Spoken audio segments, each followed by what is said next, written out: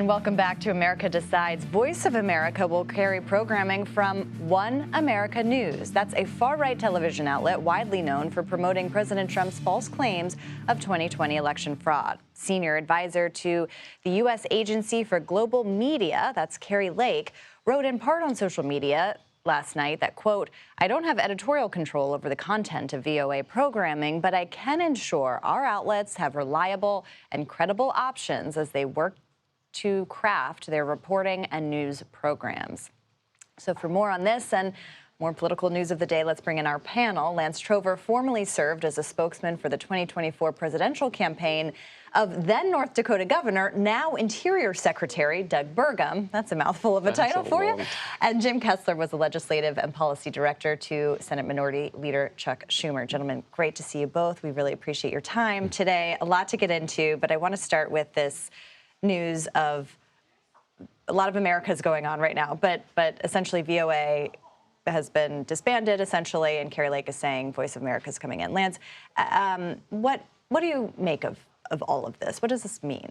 Well, look, I mean, there's the attacks from the left are that, you know, Trump's dismantling all these things. But I think if you look at the polling out there, I mean, 1/3 of America has trust in mass media. And if you look at the White House put out a very thorough document when they first talked about VOA. I mean, we're talking about things like they were telling reporters not to call Hamas terrorists unless it was included in a quote. There were tons of reporters who were posting anti-Trump stuff on their social media in violation of the code and what you're supposed to do. You know that in journalistic ethics. Somebody should be posting stuff like that. I just think, look, you saw the hearing with NPR a month ago, the head of NPR. There is a lot of distrust in media. And so I don't personally have a problem with some conservative voices coming into Voice of America. But essentially, out of a government-funded news source, I mean, OAN is very, very conservative. Jim, is this something that Democrats are talking about, something that they're concerned about? What do you make of all of this? I don't think it's super high up on the list of Democratic concerns, but I've been on VOA over 100 times, okay? It was super balanced and under pretty strict rules to be balanced. I was always on, I'm a Democrat, I was always on with a Republican every single time. It is a propaganda station for America. It is now a propaganda station for the fringe right. So I think this is a diminution of VOA. It's had controversies in the past about not exactly being in the right place, but it helped us win the Cold War. Now I think it's a useless vehicle. Speaking of another news outlet, the BBC, which is our partner station, the former president, President Biden, gave his first interview since leaving office. Let's take a listen to what he had to say, and I want to get your thoughts. I don't think it would have mattered. We left at a time when we had a good candidate.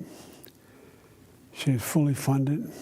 It was a hard decision, but regrets then? No, I think it was the right decision. So he's saying he doesn't have regrets about the decisions that he made to drop out when he did. But Jim, I'm wondering, you know, as Democrats are trying to find their way out of the wilderness here, what he's saying there, is that something you agree with? There's not a huge Democratic constituency out there that's saying, I want to hear more Joe Biden right now, okay? Understandably. Right. Look, I think Joe Biden served America ably. All politicians are selfish, okay? He is trying to, in some ways, burnish his final credentials as he exits the stage. We don't need it right now. I think he should be off the stage. We need to hear from other Democrats. So you think that he should be in retirement, essentially, not be engaging in... Lance, do you think that there is... I mean, I'm sure Republicans would be happy to have President Biden out there talking. Every day. We need more interviews. We need more of that. He needs to come in here and do them with you. Yeah.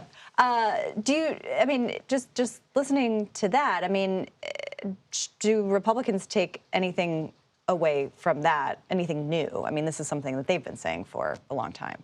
No, and I mean, you almost took the words out of my mouth. I mean, if I'm the Democrat, I mean, I don't know why he thinks it's good to go out there. It's certainly not helping his party, and it just reminds voters of what the choice they made last November. I mean, it's a continuation of the 4 years they were very unhappy with. And we've seen polls already that say 95, 96% of Trump voters wouldn't change their vote.